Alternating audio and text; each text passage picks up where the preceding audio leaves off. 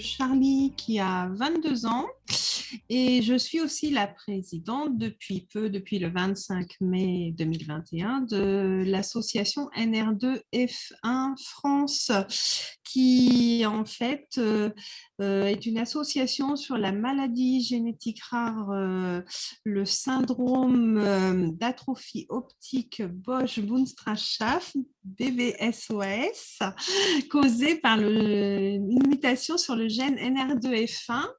Et c'est une maladie dont est atteint Charlie, mon grand garçon.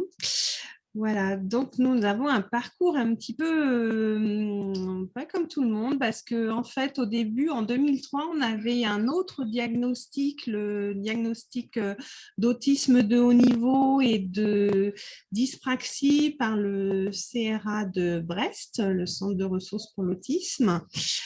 Et alors, nous, on a fait tout notre chemin de vie jusqu'en 2018, comme ça, où on a découvert sa maladie génétique rare. Et alors, qu'est-ce que ça change dans la tête d'une maman, 20 ans plus tard, de mettre un mot sur une maladie? Voilà, ça nous apporte des réponses aux questionnements qu'on avait, aux doutes qu'on avait sur certains symptômes. Et ça a complété en fait ce qu'on recherchait, nos questionnements. Et du coup, après, on s'est mis en relation, on a réussi à trouver d'autres familles qui ont découvert la même chose, parce que c'est un diagnostic qui se fait que depuis 2014, donc c'est assez récent, ça ne se faisait pas avant.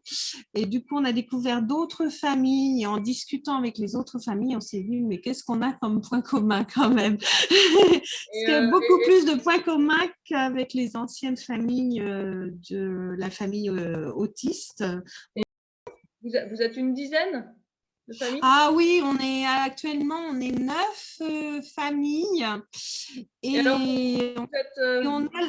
on a la chance d'avoir. Alors, on a créé l'association là au mois de mai 2021 et on a réussi à regrouper les familles françaises. Alors, pas toutes, il y en a qui ne nous connaissent pas encore, mais là, pour l'instant, on est 9 familles. Alors, ça va d'un enfant de 18 mois jusqu'à Charlie qui a 22 ans.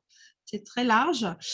Et on est aidé par un conseil scientifique et clinique qu'on a créé dans l'association, qui est composé de 3 chercheurs, dont on a la chance, Michelle Studer, qui est directrice en recherche INSARM à Nice et qui étudie la maladie. Moi, je l'ai découvert un peu par hasard sur Internet et en recherchant des informations sur la maladie. Et je me suis mise en contact avec elle et elle m'a dit que elle voulait en connaître un peu plus sur Charlie. Je lui ai envoyé mes livres. J'ai écrit 2 livres sur Charlie, donc je lui ai envoyé. Elle a trouvé ça très intéressant. Et puis elle me dit, si on crée une association avec les chercheurs et les familles ensemble. Tu vois, en général, toutes les familles qui ont eu ce diagnostic ont recherché sur Internet et sont tombées sur la fondation NR2F1 américaine qui est sur Facebook.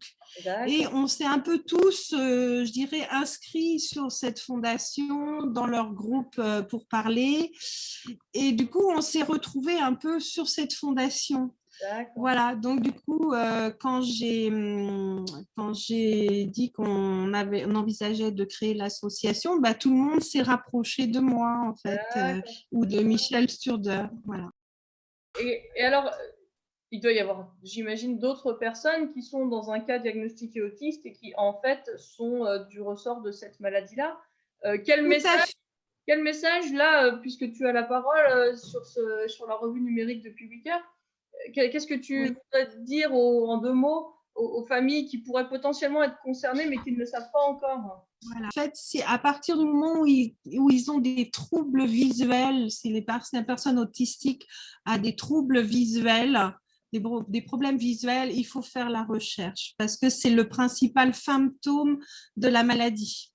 Alors, est-ce que c'est une maladie qui a déjà une structure au niveau des maladies rares, c'est-à-dire un centre de référence, des centres de compétences, ou c'est quelque chose que vous allez on est reconnu hein, donc maintenant et on fait partie de Handirar maintenant. Si vous allez sur Handirar, on est répertorié dans leur liste d'associations. Hein, donc c'est eux qui nous parrainent, qui nous aident, qui nous donnent plein de conseils pour l'association, qui nous met en relation avec les personnes.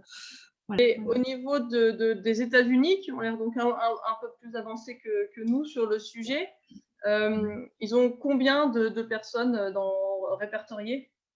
Alors, d'après ce que j'ai vu la dernière fois, ils en sont à 134 dans le monde entier, parce qu'eux, ils regroupent toutes les personnes dans le monde entier, en fait. Hein. Et alors, c'est la seule association, c'est la première association fondation qui s'est créée aux États-Unis.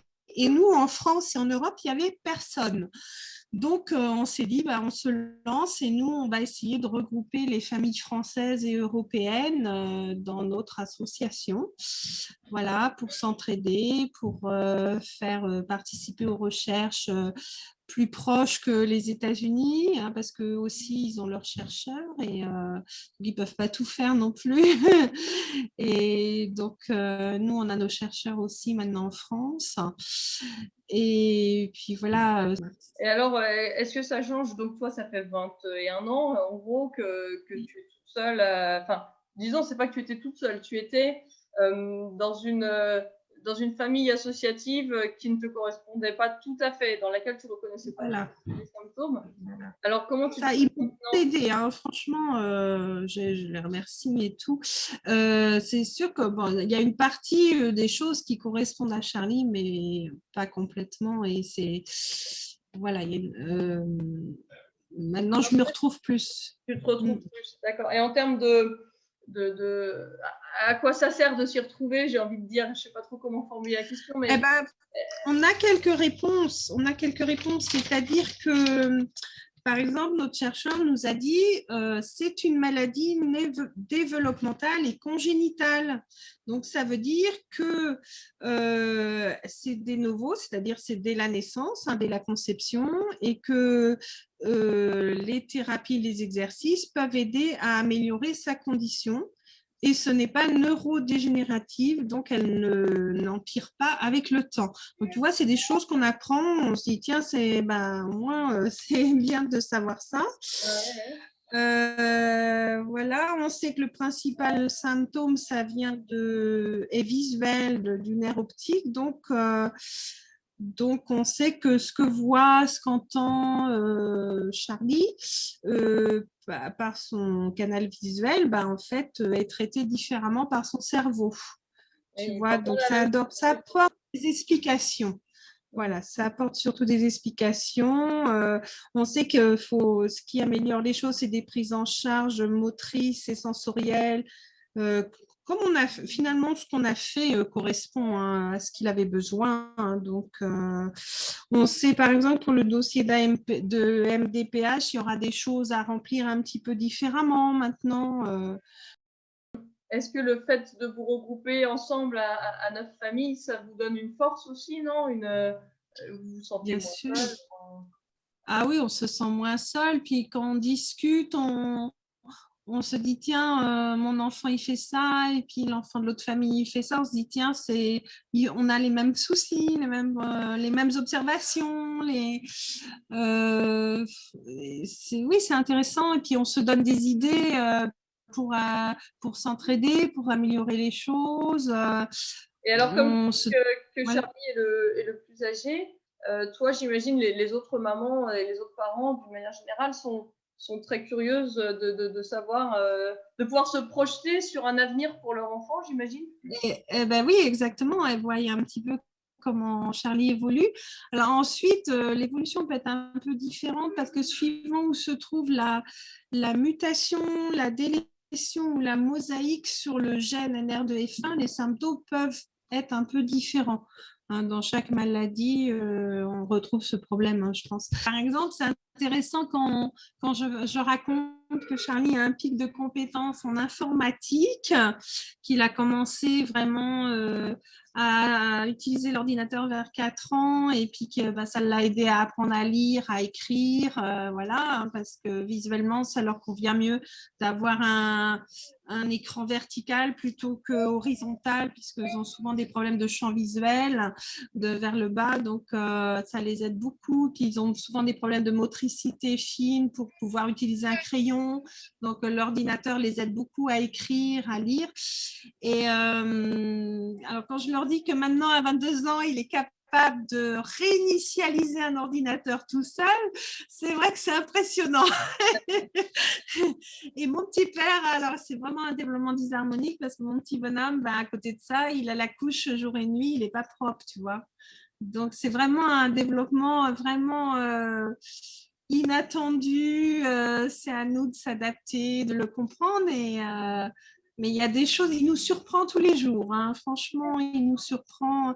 Notamment, j'ai découvert un peu des capacités sportives avec lui. On a réussi à lui apprendre à nager, par exemple. On a pu l'intégrer aussi avec une association à faire du baskin.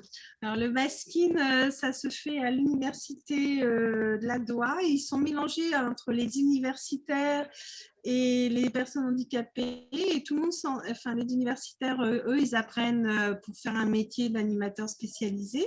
Puis ils aident les personnes handicapées. Alors Charlie, il apprend à jouer au basket, à mettre des paniers. On lui fait un petit rituel. On lui dit 1, 2, 3 lancers qu'on a écrit sur le panier, tu vois. Non, il existe en France vraiment beaucoup de choses qu'on peut faire. Il faut chercher, c'est sûr, hein, ça ne vient pas tout seul. Alors, une association, c'est vrai que ça permet de rassembler toutes ces idées de loisirs, de vacances, de sport que chaque famille fait et ça donne des idées aux autres, tu vois. Voilà. C'est l'intérêt aussi d'une association et puis de mettre en relation avec nos chercheurs qui proposent aussi des pistes de recherche.